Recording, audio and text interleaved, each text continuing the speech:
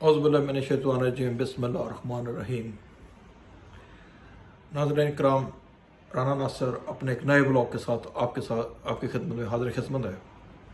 امید ہے کہ آپ پسند فرمائیں گے۔ ناظرین کرام، سب سے پہلے میں سلام کرتا ہوں ان عظمت والی ان بہنوں کو، ان ماؤں کو جو ابھی تک پابند سلاسل ہیں، لیکن انہوں نے اف تک نہیں کی، بلکہ انہوں نے یہ ثابت کیا کہ ہم آج کے دور میں بھی جو ہے وہ وہی حضرت اسما کی یاد کو تازہ کر سکتی ہیں کہ جب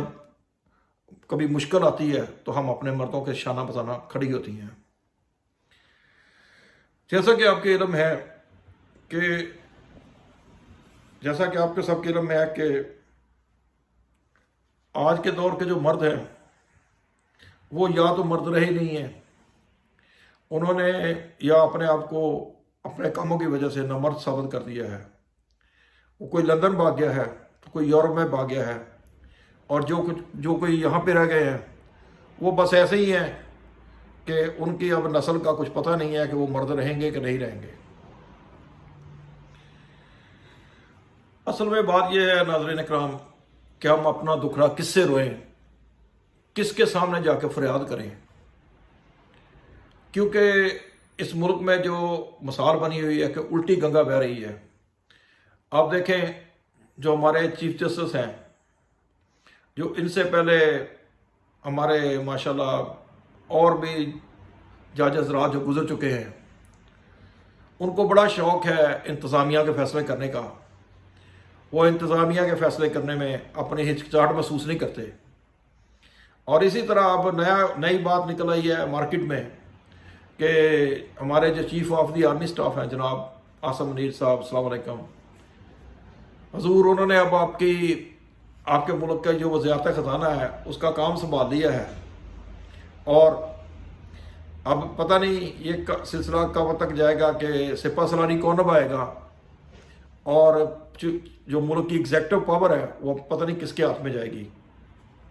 بہرحال یہ ایسا ہی ہے کہ جیسے ملک کے مشہور و معروف دین فروش نے، جس کا نام لینا بھی میرے خیال میں نام لینے کے بعد بھی انسان کو شاید گناہ محسوس ہوتا ہے کہ اس نے اپنی دنیا تو خراب کی اس نے عاقبت بھی خراب کر لی۔ لیکن اس کی چلاکیوں کی آپ انتہا دیکھیں کہ اس نے اپنے بیٹے کو وزارت مذہبی امور کا یہ جو لوٹ مار کی 16 مہینے کی گورنمنٹ تھی، بلکہ اس کو باجوہ فیم گورنمنٹ کہنا چاہیے، اس نے جو ہے نا اپنے بیٹے کو وہ مذہبی امور کا وزیر نہیں لگوایا، بلکہ اس نے کمیونیکیشن اور شہرات کا وزیر لگوایا، یعنی سڑکیں بنانے کی جو ہماری وزارت ہے اس کو وزیر لگوایا۔ واہ کیا بات جاؤں، قربان جاؤں مولانا صاحب کے اور ان کے ماننے والوں کے، کہ جن کو ابھی تک نہیں معلوم ہوا کہ یہ مولانا نہیں ہے بلکہ فساد کی جڑ ہے۔ بہرحال اس کو جب وزیر لگا دیا گیا تو بانڈا یہ پھوٹا کہ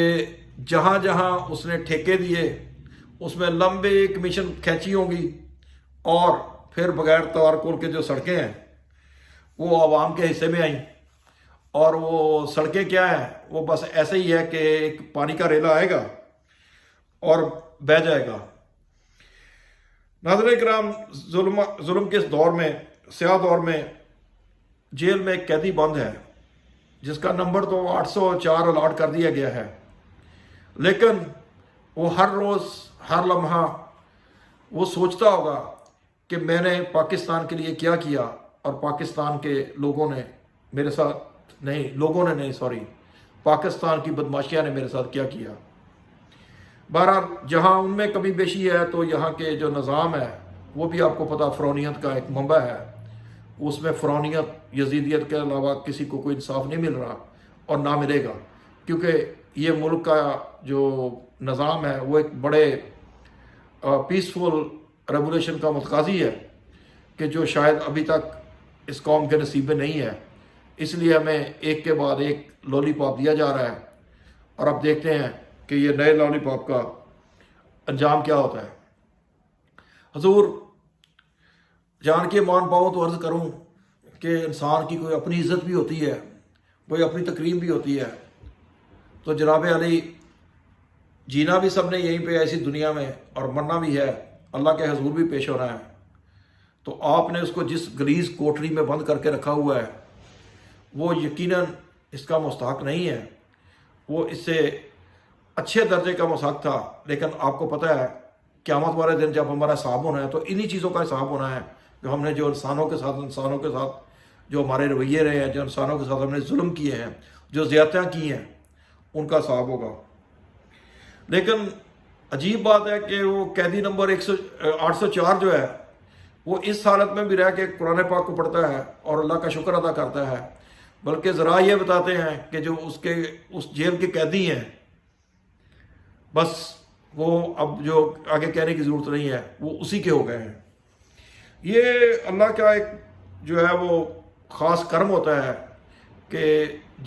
جس کو اللہ پاک چن لیتا ہے سب انسان بھی اسی کی طرف ہو جاتے ہیں۔ بہرحال قرآن پاک میں بھی لکھا ہوا ہے، ارشاد باری تعالیٰ ہے کہ ظلم کے دن تھوڑے ہیں اور ظلم نے ختم ہو کے رہنا ہے۔ اب یہ کب ختم ہوتا ہے یہ اللہ جانتا ہے۔ اب آپ سوچیں کہ ہمارے جانے والے جو چیف جسٹس صاحب ہیں وہ جناب اب ان کے مظلوم اور مجبور فیصلے آپ دیکھیں کہ وہ فیصلے بھی لکھتے ہیں اور ساتھ میں یہ بھی کہتے ہیں کہ ہم عمل درآمد نہیں کرا سکتے۔ تو یہ کیسے فیصلے، کہاں کے فیصلے؟ غریب کلفی فروش کو تو آپ لوگ 3 سال کے لیے 2 سال کے لیے سلاخ کا پیچھے بند کر دیتے ہو اس وجہ سے کہ اس نے آپ کا قانون توڑا ہے، اور ابھی آپ کے ملک میں ایسے ایسے سانحہ ہو چکے ہیں کہ ابھی تک آپ نے اس کا کوئی فیصلہ نہیں کیا، اور بلکہ عوام کو ایک ٹرک کی بتی کے پیچھے لگا کے آپ جا رہے ہیں۔ یہ قطعاً تاریخ میں آپ کے ساتھ آپ کا صحیح طریقے سے نام نہیں لکھا جائے گا، معذرت چاہتا ہوں، لیکن حقیقت یہی ہے کہ آپ کو اپنا کام کرنا چاہیے تھا۔ اس لیے آپ کو اس قوم نے اس ملک کی سب سے جو عظیم کرسی ہے یعنی کہ چیف جسٹس کی کرسی اس کے اوپر بٹھایا، اور آپ نے اب جاتے ہوئے میں یہ لولی پاپ دے رہے ہیں کہ جی میں جو ہے میں فیصلے دے رہا ہوں لیکن ان کے اوپر عمل درآمد کا میں پابند نہیں ہوں۔ آج لیکن اسی بدامنی کے دور میں ابھی کچھ دنیا میں اللہ کے بندے زندہ ہیں، اور وکلا کو دیکھیں کہ وکلا نے ایک تحریک شروع کر دی ہے کہ بے شک وہ بہت دور ہی صحیح، اس کی ابھی تک ان کی تحریک جو ہے وہ ابھی تک کنونشن ہالوں تک محدود ہے، لیکن ابھی تک وہ سڑکوں کے اوپر نہیں آئی۔ لیکن پھر بھی اگر آپ انصاف چاہتے ہیں تو آپ کو لازمی طور کے اوپر اس کے لیے آپ کو کھڑا ہونا پڑے گا اپنے حق کے لیے۔ جناب علی بات صرف اتنی نہیں ہے کہ مجرم قوم ہے اور ملزم کون ہے، یہ تو اب تاریخ فیصلہ کرے گی کہ جناب چیف جسٹس صاحب تو خیر بد کر کے جا رہے ہیں، لیکن اب یہ تاریخ فیصلہ کرے گی اور عوام فیصلہ کرے گی کہ کس نے کس کا کتنا ساتھ دیا، اور کس کو کوئی تاریخ کا حصہ بن گیا، اور کوئی 4 دن کے لیے آیا اور دنیا کے دلوں میں گھر کر گیا، اور کوئی کسی کے ساتھ ایسا ہوا کہ اس نے اپنی پوری زندگی گزار دی لیکن لوگوں نے اس کو جانا بھی نہیں۔ بس اتنا ہے کہ چیف جسٹس صاحب نے جاتے جاتے سب کو اس حمام میں ننگا کر دیا ہے، بلکہ چھوٹا منہ بڑی بات، ننگے تو وہ پہلے سے ہو چکے تھے، اب ان کو سزا اور جزا کا جو عمل ہے اس میں سے گزارنا چاہیے تھا، کیونکہ جنہوں نے 11 ارب کا اس ملک کو ٹیکہ لگایا وہ کسی بھی معافی کے مستحق نہیں تھے۔ لیکن قربان جاؤں کہ آپ کے فیصلے کے کہ آپ نے فیصلہ کرتے ہوئے اتنی دیر لگا دی کہ شاید انصاف اب تاریخ میں ہی ملے گا اور تاریخ میں ہی لکھا جائے گا۔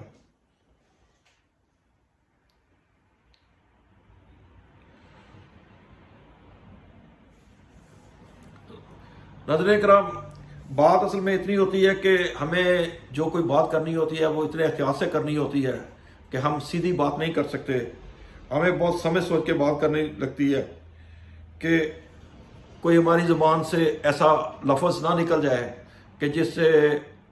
جو ہمیں ہر وقت واچ کر رہے ہیں، جو ہماری ہر بات کو سن رہے ہیں، ان کو کہیں پہ ہماری بات بری نہ لگ جائے اور وہ ہمارا بھی انجام عرشہ شریف یا عمران ریاض یا اور بہت سے جو ان تاریک راہوں کے مسافر ہیں ان کی طرح نہ ہو جائے۔ آپ کو صرف وہ بونڈو جو بوپو ہے وہ تو نظر آتے ہیں کہ جنہوں نے 10 ارب لے کے کھا لیا ہے، لیکن سمجھ یہ چاہیے کہ اسی نمبر 1 کے رہتے ہوئے، اسی ہمارے چیف صاحب کم وزیر خزانہ کے ہوتے ہوئے ان لوگوں نے 10 ارب ڈالر بھی کھا لی، 10 ارب روپیہ یا ڈالر کھا لیا ہے، اور ابھی تک ان کو کوئی پوچھنے والا نہیں ہے۔ اور جو صحافی ہیں وہ کہتے ہیں ہمیں تنخواہیں نہیں مل رہی، لیکن ان کے جو پالتو ہیں، جو جہنم کے بھونکنے والے کتے ہیں، وہ ابھی بھی آپ کو پتہ ہے بھونکنے سے باز نہیں آتے، وہ بات کا بتنگڑ بناتے ہیں۔ کبھی وہ توشہ خانہ، آپ کو یاد ہوگا توشہ خانہ میں انہوں نے کیا کیا، اس کے بعد انہوں نے ایک گھڑی کے اوپر کیسے ڈرامے رچائے۔ وہ ایک ایسا کالے منہ والا صحافی ہے کہ وہ اس کا منہ، اس کا دل تو کالا ہے ہی، اس کا منہ بھی خدا نے کالا کیا ہوا ہے۔ اور ایک اور جہنم کا کتا ہے کہ جس کا نام لینا بھی میں گوارا نہیں کرتا، لیکن اس شخص نے اپنی عاقبت تو خراب کی ہے تو اپنی دنیا بھی خراب کر لی ہے۔ ان سب کے اوپر لعنت بھیجتے ہوئے آپ کے اوپر بھی، آپ کا بھی فرض ہے کہ جو وہ چینل دکھاتے ہیں، جو وہ ٹی وی دکھاتے ہیں، جو وہ ولاگز بناتے ہیں، آپ مت دیکھیں، آپ ان کے اس گناہ میں نہ چاہتے بھی شریک مت ہوں۔ بے شک آپ کی ہمدردیاں کسی کے ساتھ بھی ہیں، لیکن آپ کو پتہ ہے جھوٹ کا سہارا بننا یا جھوٹ کے ساتھ چلنا بھی اتنا ہی بڑا گناہ ہے جتنا بڑا کہ جھوٹ بولنے والا کر رہا ہے۔ حضور والا بات جو ہے وہ اگر چھوٹی سی ہوتی ہے تو وہ بہت دور تک چلی جاتی ہے۔ ہمارے ملک میں وہ ایک پنجابی میں کہتے ہیں کہ تاندنی تانی بگڑی ہوئی ہے، کیونکہ اب ہم بھروسہ کریں تو کس کے اوپر کریں۔ اور تو اور وہ جن کو 92 میں جن کو لندن سدھار دیا گیا تھا اپنی محبت سے، ان کو وہاں پہ 22 سال تک انہوں نے کراچی کو ہائی جیک کر کے رکھا، اور اب وہ وہاں سے ہمیں بھاشن دے رہے ہیں، بلکہ عاصم منیر صاحب کے ساتھ درخواست کر رہے ہیں کہ اگر میری خدمات کی ضرورت ہو تو میں پھر حاضر ہوں۔ اب پتہ نہیں ان کے اوپر ان کی نوازش یا کرم یا نظر کرم ان کی کب ہوتی ہے، یہ تو ہم نہیں کہہ سکتے، لیکن بہرحال آپ نے پاکستان بچانا ہے، پاکستان کو آگے لے کے جانا ہے، تو جو ان لوگوں کا حق ہے، یہ لوگ الیکشن مانگ رہے ہیں، تو صدر علوی صاحب بھی ابھی سوئے پڑے ہیں، انہوں نے بھی سپوز آج یا کل یا ابھی تک انہوں نے تاریخ کا اعلان کرنا تھا الیکشن کا، لیکن انہوں نے اعلان نہیں کیا، بلکہ لگتا ہے وہ شیخ رشید صاحب کے وہ بھی جناب ستو پی کے سوئے پڑے ہیں۔ تو جناب صدر صاحب، آپ نے یقیناً بہت اچھی اپنی صدارت کا ٹائم گزارا ہے، تو ستو مت پئیں، اس قوم کا حق اسے واپس کریں، الیکشن کا اعلان کریں، اور اس قوم کو اس بدامنی کے دور سے نکالیں، اور اس کا جو حق ہے اس قوم کا، اس کو وہ حق دیں، کیونکہ اس میں کسی نے فار ایور نہیں رہنا۔ آپ سے پہلے بھی کئی صدر آئے ہیں اور کئی گزر گئے ہیں، تو اسی طرح میری سب سے ریکویسٹ یہی ہے کہ اپنے اس ملک کو بچائیں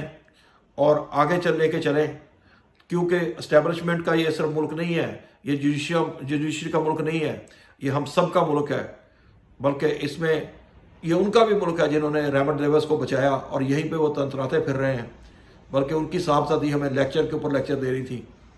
اور یہ ان کا بھی ملک ہے جن کے اوپر 10 والیوم 10 ابھی تک نہیں کھلا، کیونکہ ان کو بچا کے رکھنا بھی ہمارے جو بڑے حضرات ہیں ان کا کام ہے۔ تو لیکن یہ ہم غریبوں کا پاکستان ہے، اس کو بچائیے، کیونکہ ابھی لوگوں کے حال وہ نہیں رہے جو پہلے تھے۔ وما الا اللہ، انٹر نیکسٹ ٹائم کے لیے اللہ حافظ۔